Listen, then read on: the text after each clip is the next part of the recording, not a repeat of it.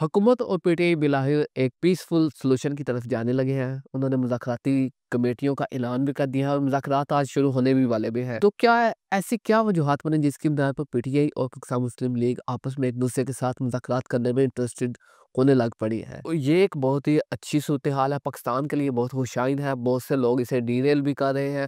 ये मुज़ाकराती टीम बनाने के पीछे जो रीज़न्स थी, उसकी रीज़न्स के ऊपर हम इस वीडियो में बात करेंगे और आपको ये समझाने की कोशिश करेंगे कि क्या ये मुज़ाकरात कामयाब हो सकेंगे या नहीं होंगे। सबसे पहले चलते हैं जो मुज़ाकराती टीमें बनी हैं, गवर्नमेंट को हर सूरत शाबाश देनी चाहिए क्योंकि गवर्नमेंट ने जो सियासी बसीरत का मुज़ाहिरा किया है वो शायद ही किसी ने कभी किया हो। तो उसमें अगर मैं बात करूँ तो हुकूमत ने जो अपनी मुज़ाकराती टीम बनाई है उसमें उन्होंने अपने जो 5 से 6 इत्तेहादी जमातें शामिल थी, हर एक की उन्होंने इसमें नुमाइंदगी रखी है।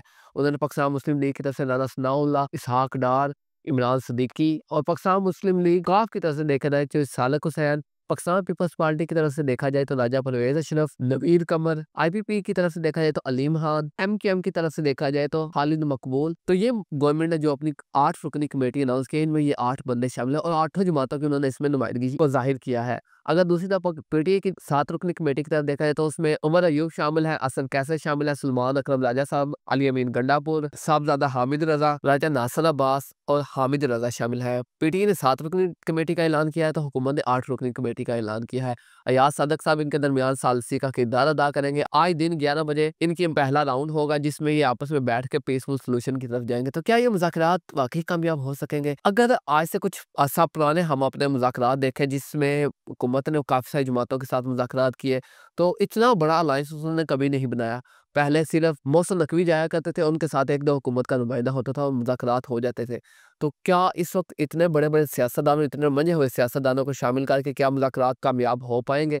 तो इसका लग रहा है कि हुकूमत वाक़ई इंटरेस्टेड है मुज़ाकरात करने में। हुकूमत मुकम्मल तौर पर इस वक़्त पिस चुकी है। हुकूमत चाहती है कि मुज़ाकरात हो, मुतालबात हल की तरफ जाएँ क्योंकि वो रोज़-रोज़ इन लोगों को रोक कर, शेलिंग करके, पुलिस को मोबिलाइज़ करके, अपना काफ़ी सारे रिसोर्सेज़ इस्तेमाल करने के बावजूद भी कामयाब नहीं हो और उनकी जो तवज्जो है कारकर्दगी की बजाय इनको रोकने पर लगी रहती है। तो हुकूमत इंटरेस्टेड नज़र आ रही है। तो क्या ये मुज़ाकरात कामयाब होंगे?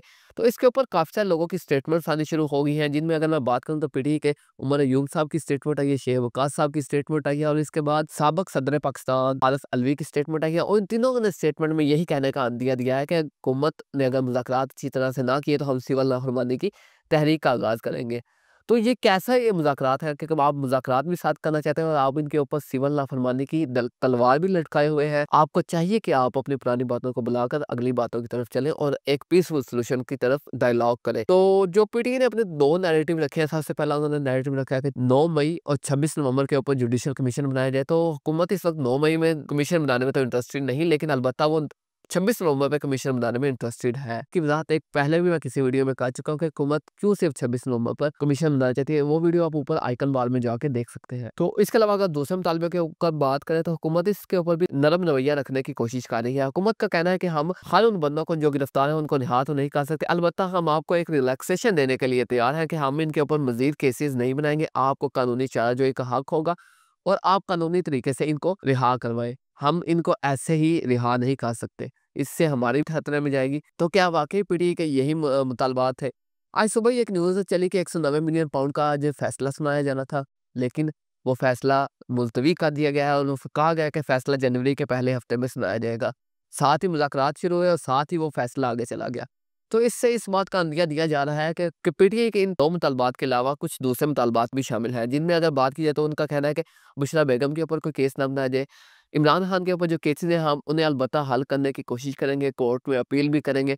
तो उसमें हम चाहते हैं कि आप हमें रिलैक्सेशन दें। उसके बाद हम चाहते हैं कि आप इमरान खान के ऊपर और हमारे सियासी रहनुमाओं के ऊपर मज़ीद मुकदमा न बनाएँ। पीटीआई चाहती है कि हुकूमत के साथ मुज़ाकरात के आड़ में हम ये भी अपने मुतालबात मनवा लें। क्या हुकूमत इस बातों पर कन्विंस होगी? तो हो सकता है हुकूमत इस मामलात पर काफ़ी हद तक कन्विंस है क्योंकि हुकूमत का मैंने आपको पहले ही बताया कि जितनी बड़ी उन्होंने मुज़ाकराती कमेटी बनाई है, आज से पहले उन्होंने कभी नहीं बनाई।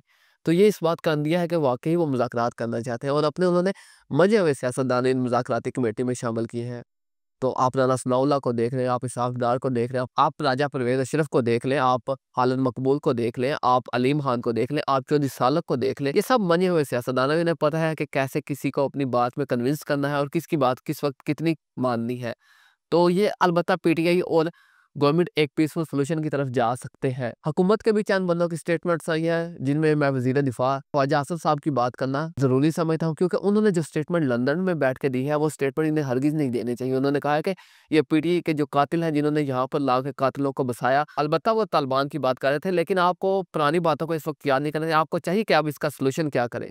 आप पारा-चीना में हालात ख़राब हैं, आप उनको सॉल्व करने की तरफ जाएँ। हुकूमत के कुछ बंदे भी ऐसी स्टेटमेंट्स दे रहे हैं, जिससे ये मुज़ाकरात डिरेल हो और मुज़ाकरात में मुलतवी का शिकार हो। और अलबत्ता पीटीआई के अंदर भी काफ़ी सारे बंदे हैं, जिनकी मैं वज़ाहत आपको कर चुका हूँ कि उनकी जो स्टेटमेंट्स आती हैं, वो भी काफ़ी अलार्मिंग है। जिनमें आरिफ अलवी शामिल हैं, उमर अयूब शामिल है, शेख वकास शामिल है। शेख वकास तो अलबत्ता कहीं पर नज़र ही नहीं आते। बस वो जंग में बैठकर एक स्टेटमेंट दे देते हैं मोबाइल के ऊपर और वीडियो को वायरल कर देते हैं। आप मैदान में निकलें, मैदान में आप मारें खाएँ, आप पर्चे कटवाएँ, जेलों में जाएँ, फिर आप ये बात करें। जो बंदे इस वक़्त जेलों में तड़प रहे हैं, जिनके घर वालों के लिए मसाइल बने हुए हैं, आप उनकी तरफ भी थोड़ी-सी तवज्जो दें। अब इन दोनों घरों को चाहिए कि आपस में एक पीसफुल सॉल्यूशन करें और मुल्क की बेहतरी के लिए काम करें। तो क्या इसके बाद पीढ़ी आराम से बैठ जाएगी? इसके बारे में जानने के लिए आप हमारी इससे अगली वीडियो का इंतज़ार कीजिए। तब तक के लिए इजाज़त दीजिए। इंशाल्लाह आपसे मुलाकात होती है फिर किसी वीडियो में। तब तक के लिए अल्लाह हाफ़िज़।